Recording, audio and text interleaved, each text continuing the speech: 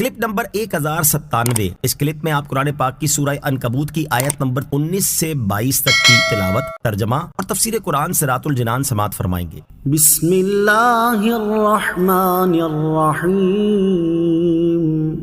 ترجمہ: اللہ کے نام سے شروع جو نہایت مہربان رحمت والا ہے۔ اولم يروا كيف يبدئ اللہ الخلق ثم يعيده ان ذلك على اللہ یسیر۔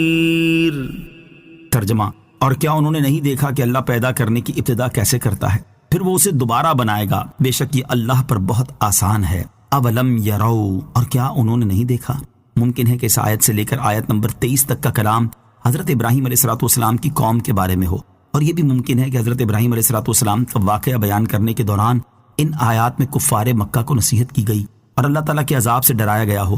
اس آیت کا خلاصہ یہ ہے کہ کیا ان کافروں نے نہیں دیکھا کہ اللہ تعالیٰ پیدا کرنے کی ابتدا کیسے کرتا ہے، کہ پہلے انسان کو نطفہ بناتا ہے، پھر جمے ہوئے خون کی صورت دیتا ہے، پھر گوشت کا ٹکڑا بناتا ہے، اس طرح درجہ بدرجہ اس کی تخلیق کو مکمل کرتا ہے، پھر آخرت میں دوبارہ زندہ کیے جانے کے وقت اللہ تعالیٰ اسے دوبارہ بنائے گا۔ بے شک پہلی بار پیدا کرنا اور مرنے کے بعد پھر دوبارہ بنانا اللہ تعالیٰ پر بہت آسان ہے۔ قل سیروا فی الارض فانظروا کیف بدأ الخلق ثم اللہ ينشئ النشأة الآخرة ان اللہ علی کل شیء قدیر۔ ترجمہ: تم فرماؤ زمین میں چل کر دیکھو کہ اللہ نے پہلے کیسے بنایا، پھر اللہ دوسری مرتبہ پیدا فرمائے گا، بے شک اللہ ہر شے پر قادر ہے۔ قل سیروا فی الارض، تم فرماؤ زمین میں چل کر دیکھو، یعنی اے حبیب علیہ السلام یا اے حضرت ابراہیم علیہ السلام، آپ کافروں سے فرما دیں تم زمین میں چل کر سابقہ قوموں کے شہروں اور آثار کو دیکھو کہ اللہ تعالیٰ مخلوق کو پہلے کیسے بناتا پھر موت دیتا ہے، تاکہ تم مشاہدہ کر کے اللہ تعالیٰ کی فطرت کے عجائبات کی معرفت حاصل کر سکو۔ نیز جب یہ معلوم ہے کہ پہلی مرتبہ اللہ تعالیٰ ہی نے پیدا کیا تو معلوم ہو گیا کہ اس خالق کا مخلوق کو موت دینے کے بعد دوبارہ پیدا کرنا کچھ بھی دشوار نہیں، کیونکہ اللہ تعالیٰ ہر شے پر قادر ہے، تو وہ پہلی بار پیدا کرنے اور دوبارہ زندہ کرنے پر بھی قادر ہے۔ اس سے معلوم ہوا کہ اللہ تعالیٰ کی معرفت حاصل کرنے کے لیے اس کی قدرت کے نظاروں جیسے دریاؤں، پہاڑوں اور زمین کے دیگر عجائبات کی سیر کرنا بھی عبادت ہے۔ يعذب من يشاء ويرحم من يشاء وإليه تقلبون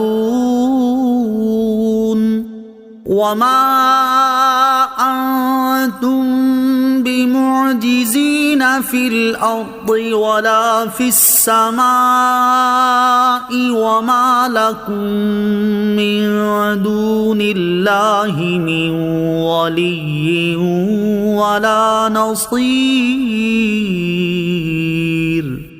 ترجمہ: وہ جسے چاہتا ہے عذاب دیتا ہے اور جس پر چاہتا ہے رحم فرماتا ہے، اور تم اسی کی طرف پلٹائے جاؤ گے، اور نہ تم زمین میں ہمیں عاجز کرنے والے ہو اور نہ آسمان میں، اور تمہارے لیے اللہ کے سوا نہ کوئی کام بنانے والا ہے اور نہ مددگار۔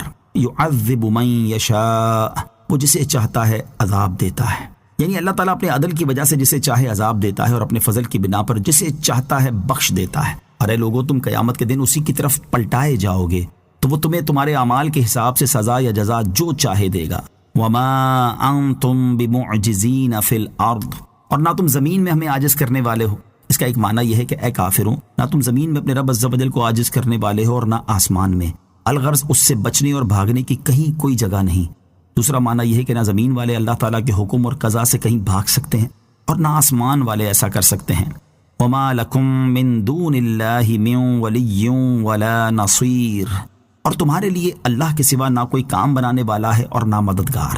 اس آیت اور اس جیسی دیگر آیتوں میں خطاب کفار سے ہوتا ہے کہ اے کافروں، تمہارے لیے اللہ تعالیٰ کے سوا نہ کوئی کام بنانے والا ہے اور نہ کوئی مددگار جو تمہیں اللہ تعالیٰ کے عذاب سے بچا سکے۔ یا ایسی آیات میں یہ مراد ہوتا ہے کہ اے لوگو، تمہارا کوئی ایسا حمایتی یا مددگار نہیں جو اللہ تعالیٰ کے مقابلے میں تمہاری حمایت اور مدد کر سکے۔ ایمان والوں کے لیے اللہ تعالیٰ کی طرف سے بہت سے مددگار ہیں جو اللہ تعالیٰ کی اجازت اور عطا سے ان کی مدد اور شفاعت فرمائیں۔